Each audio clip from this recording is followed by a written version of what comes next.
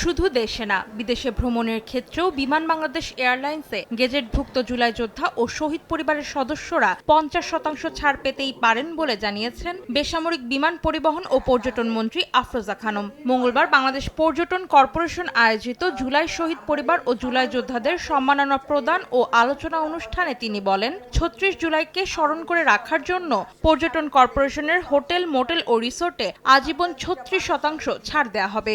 আমরা জুলাই যোদ্ধাদের জন্য প্লেন ভাড়াটাও কিন্তু কমিয়ে দিতে পারি, 50%-এর মধ্যে নিয়ে আসতে পারি। জুলাই যোদ্ধারা যারা চাকরি যে পর্যায়ে চাকরি করতে পারে তাদের ঠিক সেইভাবেই ব্যবস্থা করে দেওয়া। অলরেডি কিন্তু সার্কুলার হয়ে গেছে অনেক। তা আমি অনুরোধ করবো এখানে যে আপনারা সেই সার্কুলার অনুযায়ী সবাই অ্যাপ্লাই করে আমরা আপনাদের চাকরির ব্যবস্থা করে, কর্মসংস্থানের ব্যবস্থা করে দিব।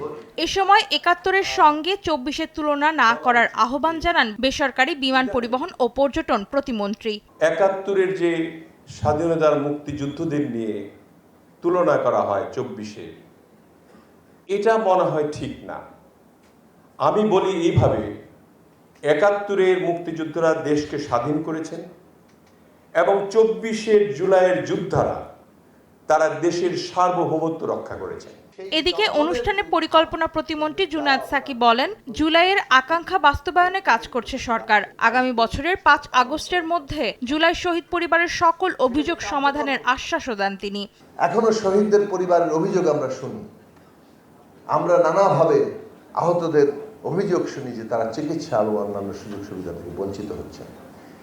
আমরা মুক্তিযোদ্ধা মন্ত্রণালয়কে বলেছি, আহ্বান জানিয়েছি যে আগামী ৫ই আগস্ট তৃতীয় বর্ষপূর্তিতে বর্তমান সরকার যেহেতু দায়িত্ব নিয়েছে, একটি অভিযোগও যাতে না থাকে এবং সেই রকম ভাবেই আমাদের কাজ করা উচিত। অনুষ্ঠানে বাংলাদেশ পর্যটন কর্পোরেশনের পক্ষ থেকে শহীদ জুলাই যোদ্ধাদের পরিবারের সদস্য এবং আহত জুলাই যোদ্ধাদের হাতে প্রাইজ বন্ড ও সম্মাননা ক্রেস্ট তুলে দেওয়া হয়। অন্তরা সেন, সময় সংবাদ, ঢাকা।